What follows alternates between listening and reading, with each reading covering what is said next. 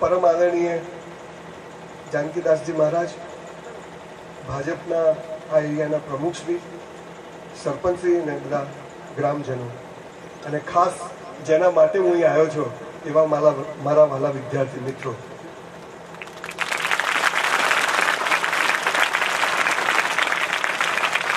આજે મને એવું લાગે છે કે જ્યારે હું મારા ઘેર આવ્યો હું, કેમ કે હું આખી દુનિયામાં ફરું છું. હમણાં ઓસ્ટ્રેલિયા ગયો હતો, અઠવાડિયા પછી અમેરિકા જઉં છું, ત્યાંથી કેનેડા જવાનો છું. આખી દુનિયામાં લોકો બોલાવે છે મને કે ટાલિયા તું આય. હવે કેમ બોલાવે છે ખબર નથી, પણ પાલનપુરમાં બહુ જ ગરીબ ઘરમાં મારો, હું કેમ ગામડાઓમાં વધારે જઉં છું તમને એનું કારણ કહું.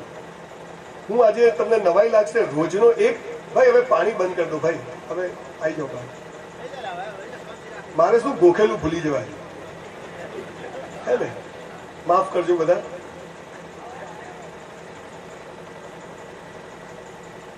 પાલનપુરમાં ખૂબ જ ગરીબ બ્રાહ્મણ પરિવારમાં મારો જન્મ થયો. અહીં બેઠેલા વિદ્યાર્થી મિત્રો મારી વાત ખાસ સાંભળજો. આજે તમારા જીવનનો ટર્નિંગ પોઈન્ટ બનવાનો છે. આજે તમે જેવા અહીં સ્કૂલ આવ્યા છો ને એથી બદલાઈને ઘેર જવાના છો. કેમ કે શબ્દોથી જ વાલીઓ વાલ્મીકી બની ગયો હતો, એક જ શબ્દથી. અને શબ્દ જ હોય છે જે માણસમાં પરિવર્તન કરી શકે. તમે જુઓ, અમેરિકામાં કોઈ ભગવાન જન્મ્યા, જાપાનમાં કોઈ જન્મ્યા, જર્મનીમાં જન્મ્યા, તમે બધા વિદેશ ગયા નથી. આપણા દેશમાં કેટલા દેવી દેવતાઓ, અને આ દેશમાં જન્મ મળવો એ દુનિયાની સૌથી મોટી ઉપલબ્ધિ છે, સૌથી મોટા સંસ્કાર છે આ દેશમાં જન્મ મળવો. પણ પરિણામ શું આવ્યું છે? હાલ અહીંયા જો અહીંથી બધાના મોઢા, કોઈ મજામાં નથી. કરોડપતિ હોય, રોડપતિ હોય, એમએલએ હોય, એમપી હોય, કલેક્ટર હોય, ડીએસપી હોય, 4 ગાડી હોય, 100 વીઘા જમીન હોય, તોય જીવનમાં મજા નથી. તો લટકી જા પંખા હાથે, ત્યાં તો પ્લગમાં 2 આંગળી ઘાલ દેવાની, પૂરું એમાં હું 5 મિનિટ થાય. કેમ મજા નથી? આપણો જન્મ, આપણે મનુષ્ય કેમ બન્યા? 84 લાખ યોનિઓમાં જખ મારીને આવ્યા છીએ, એમને નથી આવી ગયા.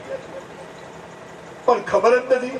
ઘેરથી હેડ કરે એટલે સ્કૂલમાં, સ્કૂલથી હેડ કરે એટલે ઘેર, પછી લગ્ન થઈ જાય, છોકરો થઈ જાય, એટલે શું કે પેલો ગયો, જિંદગી પૂરી. હું પણ તમારા જેવા જ એક ગરીબ ઘરમાં પાલનપુરમાં જન્મ્યો હતો. મારા ઘરમાં સંડાસ બાથરૂમ નતા. મારા બાપા એક ઓટલા ઉપર દરજી કામ કરતા હતા, નીચે દરગાહ ને ઉપર મસ્જિદ. મારી પાસે એક દફતર હતું, ઉપરથી ચોપડીઓ નાખો તો નીચેથી નીકળી જાય, એટલે મારીને પકડવું પડે. અને હું જાતે બ્રાહ્મણ, એટલે કોઈ પણ વાર્તામાં એક વાક્ય આવે ખબર છે, એક દરિદ્ર બ્રાહ્મણ હતો. બ્રાહ્મણ હાલો ગરીબ જ હોય. હું એકચ્યુઅલી એને હોદું છું, સાલો જડતો નથી મને. નહીં તો મારી મર્સિડીઝ બતાવું 75 લાખની, જો આને ગરીબ બ્રાહ્મણ કહેવાય. હું વિદ્યાર્થી મિત્રો મારી બડાઈ મારવા નથી આવ્યો, પણ આ જીવન બહુ મસ્ત છે, પણ કોઈ કહેતું જ નથી. 5000 વર્ષની સંસ્કૃતિ વાળો દેશ, શકો, હુણો, આર્યો, અંગ્રેજો, મોગલો આપણી પત્તર ઠોકીને ગયા. આ દેશ અડીખામ ઉભો છે. કેમ? આવા સાધુ સંતોના હિસાબે ઉભો છે. આ સાધુ કોઈ પરંપરાઓ આપણે ભૂલી ગયા અને વેસ્ટર્ન કલ્ચરનું અનુકરણ કરી અને આપણા સંસ્કારો ભૂલી ગયા. એટલે મૂળ વાત શું છે કે આપણને ખબર જ નથી કે જીવન શું છે. એક બાજુ 300 ધર્મ અને 3000 સંપ્રદાયો છે, ખબર છે ભારતમાં? ડુંગળી ખવાય, બટાકા ના ખવાય. અને બીજી બાજુ આપણી સરકાર જે એજ્યુકેશન સિસ્ટમ ચલાવે છે એ અંગ્રેજો જે મૂકીને ગયા છે. અંગ્રેજો હોશિયાર હતા આ દેશને બરબાદ કરવા માટે, એવી સિસ્ટમ મૂકીને ગયા જે હજી ચાલુ છે. કેવી સિસ્ટમ? 5 વિષય ભણવાના: ગણિત, વિજ્ઞાન, ભૂગોળ, વ્યાકરણ, પૂછડું. મારા બાપા ઔરંગઝેબ ભણ્યા, મારે ઔરંગઝેબ ભણવાનું, મારો છોકરો ઔરંગઝેબ ભણે. પૃથ્વી ગોળ હતી, ગોળ હતી, ગોળ હતી. હવે નવું લાવો, લપસી ના જવાયું. તકલીફ શું છે વિદ્યાર્થી મિત્રો ખબર છે? સ્કૂલ કોલેજોમાં જે ભણાવે છે ને, સાલું જીવનમાં કામ નથી આવતું. અને જીવનમાં જે કામ આવે ને, હાલા સ્કૂલોમાં ભણાવતા નથી. લોચા તો રહેવાના. આ સૌથી મોટો પ્રશ્ન. આવા સમયે આપણા દેશની જે સંસ્કૃતિ હતી, વિવેકાનંદ આવા ભગવા કપડા વાળો માણસ જયારે શિકાગો અમેરિકા ગયો અને એને જે સ્પીચ આપી, અને સ્પીચ આપીને બહાર નીકળ્યો, ત્યારે એક ધોળિયાએ પૂછ્યું કે શું આવા જેવા કપડા પહેરે, આમ સૂટ બૂટ પહેરો, પર્સનાલિટી પડે, વટ પડે. ત્યારે વિવેકાનંદે કીધું કે તમારા દેશમાં તમારા કપડા ને તમારા જૂતા તમારી પર્સનાલિટી નક્કી કરે છે. મારા દેશમાં મારા સંસ્કારો ને મારી સંસ્કૃતિ મારી પર્સનાલિટી નક્કી કરે છે. આ આપણે લોકો જોઈએ. પણ શું સંસ્કારો શું પર્સનાલિટી ગોમના ગોદરે પોનના ગલ્લા ઉપર આપણા ઘરના છોકરાઓ 3 બટન ખુલ્લા હોય, કોહળીઓ દેખાતી હોય, આટલે પેન્ટ પહેર્યો,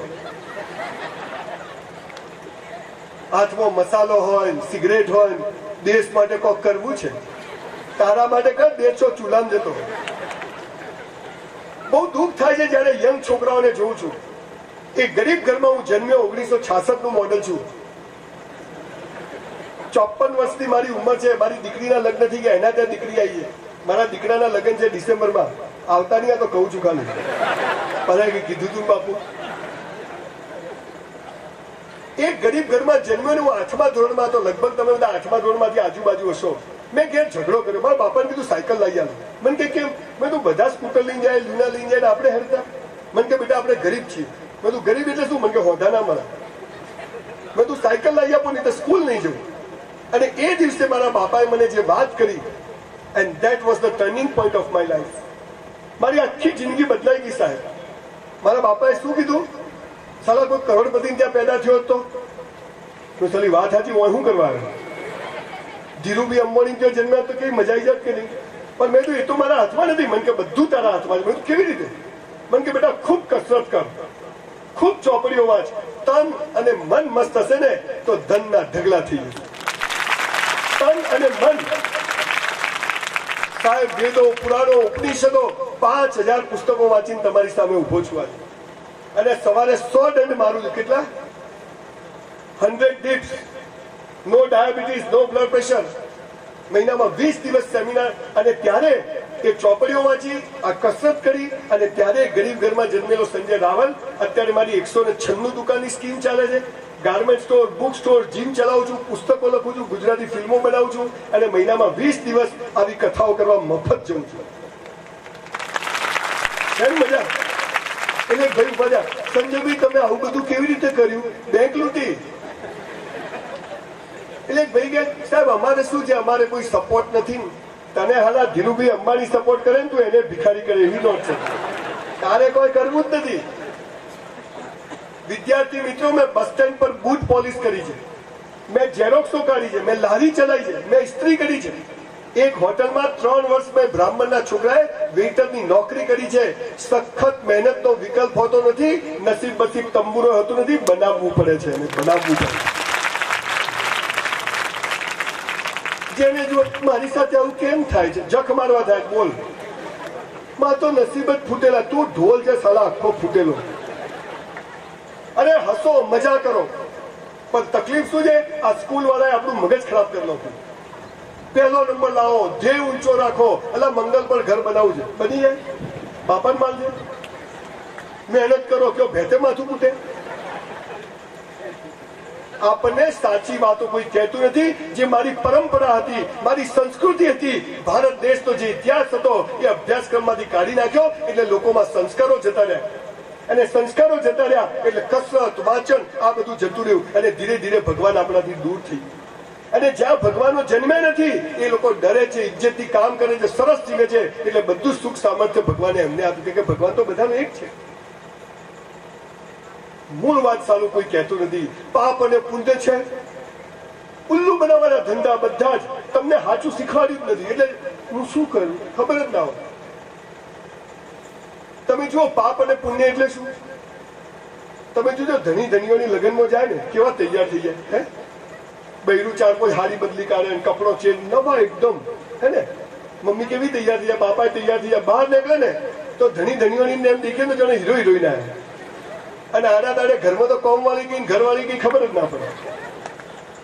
કપડાનો કલર ઉડી ગયો હોય, બાપાને ગંજીમાંથી શ્રીલંકા દેખાતું હોય, બધું ચાલતું હોય. બહાર નીકળે એટલે હીરો હિરોઈન.